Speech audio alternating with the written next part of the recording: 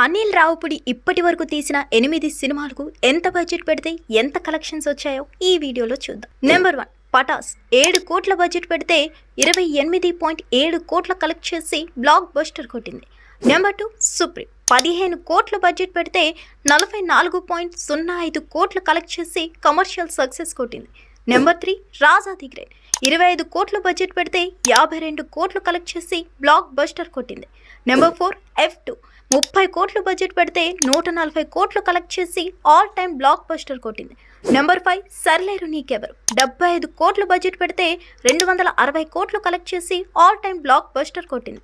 Number 6 F3 60 కోట్ల budget పెడితే 134 కోట్లు కలెక్ట్ చేసి బ్లాక్ బస్టర్ కొట్టింది.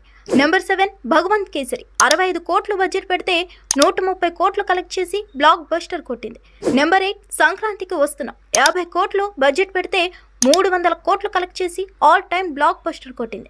నెంబర్ 9 మన శంకర్ వరప్రసాద్ గారు ఈ సినిమా చిరంజీవితో తీస్తున్నారు. ఈ సినిమా ఎంత కలెక్ట్ చేస్తుందో కామెంట్ చేయండి.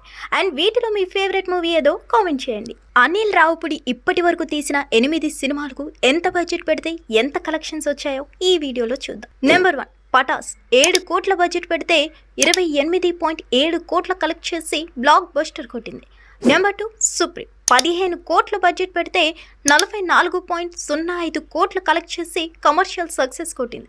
నెంబర్ 3 రాజా ది గ్రేట్ 25 కోట్ల బడ్జెట్ పెడితే 52 కోట్లు కలెక్ట్ చేసి బ్లాక్ బస్టర్ కొట్టింది. నెంబర్ 4 F2 30 కోట్ల బడ్జెట్ పెడితే 140 కోట్లు కలెక్ట్ చేసి ఆల్ టైమ్ బ్లాక్ బస్టర్ కొట్టింది. నెంబర్ 5 సర్లేరు నీకెవరు 75 కోట్ల బడ్జెట్ పెడితే 260 కోట్లు కలెక్ట్ చేసి ఆల్ టైమ్ బ్లాక్ బస్టర్ కొట్టింది.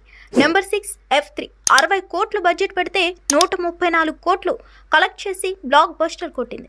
నెంబర్ 7 భగవంత్ కేసరి 65 కోట్ల బడ్జెట్ పెడితే 130 కోట్లు కలెక్ట్ చేసి బ్లాక్ బస్టర్ కొట్టింది.